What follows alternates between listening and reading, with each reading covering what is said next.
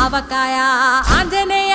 కథ మొదలెట్టినాడు చూడారయ్యా శక్తినంతా కూడగట్టి చెట్టు దులిపినాడు అంజయ్య